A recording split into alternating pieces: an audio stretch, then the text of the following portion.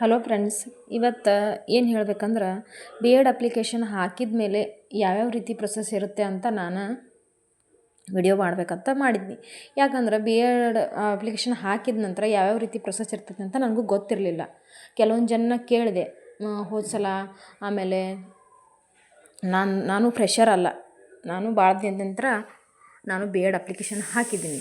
ಕೆಲವೊಬ್ರು ಜನ ಕೇಳಿ ಅವ್ರ ಹತ್ತ ತಂದರು ಬಿ ಎಡ್ ಅಪ್ಲಿಕೇಶನ್ ಹಾಕಿದ ನಂತರ ಆಮೇಲೆ ಅವ್ರು ಲಿಸ್ಟ್ ಬಿಟ್ಟ ನಂತರ ವೆರಿಫಿಕೇಷನ್ ಇರುತ್ತೆ ಅಂತ.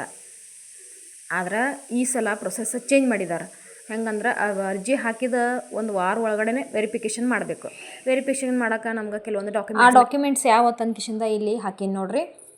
SSLC ಮತ್ತು PUC ಮಾರ್ಕ್ಸ್ ಕಾರ್ಡು, ಆಮೇಲೆ ಡಿಗ್ರಿ ಮಾರ್ಕ್ಸ್ ಕಾರ್ಡು, ಆಮೇಲೆ ನೀವು ರಿಸರ್ವ್ದಾಗಿದ್ದರೆ ಅಂದ್ರೆ ಇನ್ಕಮ್ ಕಾಸ್ಟು ಅಂತ. ಕನ್ನಡ ಮೀಸಲಾತಿ ಬೇಕಾಗಿತ್ತಂದ್ರೆ 1 to 10th ನೀವು ಎಲ್ಲಿ ಕಲ್ತೀರಿ ಅವು ಕನ್ನಡ ಮಾಧ್ಯಮ ತೊಗೊಂಡು BO ಸಹಿ ಬೇಕು. ಆಮೇಲೆ ಈ ಜೆರಾಕ್ಸ್ ಪ್ರತಿಗಳನ್ನ ಎಲ್ಲ ಒಂದೊಂದು ಸೆಟ್ ತೊಗೊಳ್ದು. ಆಮೇಲೆ ಅಪ್ಲಿಕೇಶನ್ ಹಾಕಿದ್ದು ಅದನ್ನು ನಾವು ಜೆರಾಕ್ಸ್ ತಕ್ಕೊಂಡು ಅದ್ರ ಮೇಲೆ ಈ ಎಲ್ಲ ಡಾಕ್ಯುಮೆಂಟ್ಸ್ಗಳನ್ನ ಎಲ್ಲ ಕೂಡ್ಸ್ಕಿಸಿಂದ ಅದ್ರ ಮೇಲೆ ಅಪ್ಲಿಕೇಶನ್ ನಂಬರ್ ಹಾಕೋದು, ಮೊಬೈಲ್ ನಂಬರ್ ಹಾಕೋದು. ಆಮೇಲೆ ಅಲ್ಲೇ ಹೋಗ್ರಿ, ನೀವು ನೋಡಲ್ ಸೆಂಟರ್ ನಿಮ್ದು ಯಾವ್ದು ಸಮೀಪ ಇರ್ತತಲ್ಲ ಅಲ್ಲಿ ನಿಮಗೆ ಮಾಹಿತಿ ಹೇಳ್ತಾರೆ ಯಾವ್ಯಾವ ಹೆಂಗೆ ಹಾಕೋದು, ಏನೇನು ಮಾಡೋದು ಅಂತ ಕಿಸಿಂದ. ಮತ್ತು ನಿಮ್ಗೆ ಅಲ್ಲಿ ಹೋಗಂಟೆ ಒಂದು ನಿಮಗೆ ಫಾರ್ಮ್ ಕೊಡ್ತಾರೆ.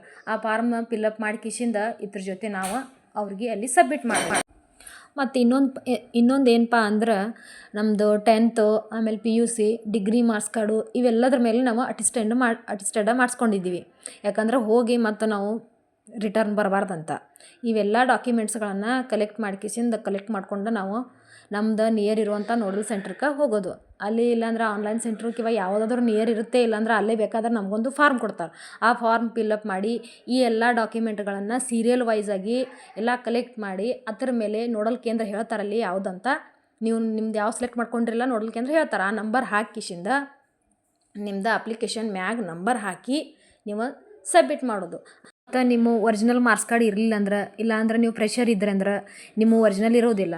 ಹಾಗಾಗಿ ನೀವು ಡಿಜಿಲಾಕರ್ ಆ್ಯಪ್ನಿಂದ ನಿಮ್ಮ ಮಾರ್ಕ್ಸ್ ಕಾರ್ಡನ್ನು ಡೌನ್ಲೋಡ್ ಮಾಡ್ಕಿಸಿಂದ ನೀವು ಅದಕ್ಕೂ ಕೂಡ ಸೈನ್ ಮಾಡ್ಕೋಬೇಕಾಗಿತ್ತು. ಇದೇ ರೀತಿ ಈ ಸಲ ಚೇಂಜ್ ಆಗಿದ್ದರಿಂದ ಕೆಲವು ಜನಕ್ಕೆ ಕನ್ಫ್ಯೂಷನ್ ಇರ್ತೈತಿ. ಆ ಸಲುವಾಗಿ ನಾನು ಈ ವಿಡಿಯೋ ಮಾಡ್ತಿದ್ದೀನಿ. ನಿಮ್ಗೆ ಇಷ್ಟ ಆದಲ್ಲಿ ಶೇರ್ ಮಾಡಿ, ಸಬ್ಸ್ಕ್ರೈಬ್ ಮತ್ತು ಲೈಕ್ ಮಾಡಿ.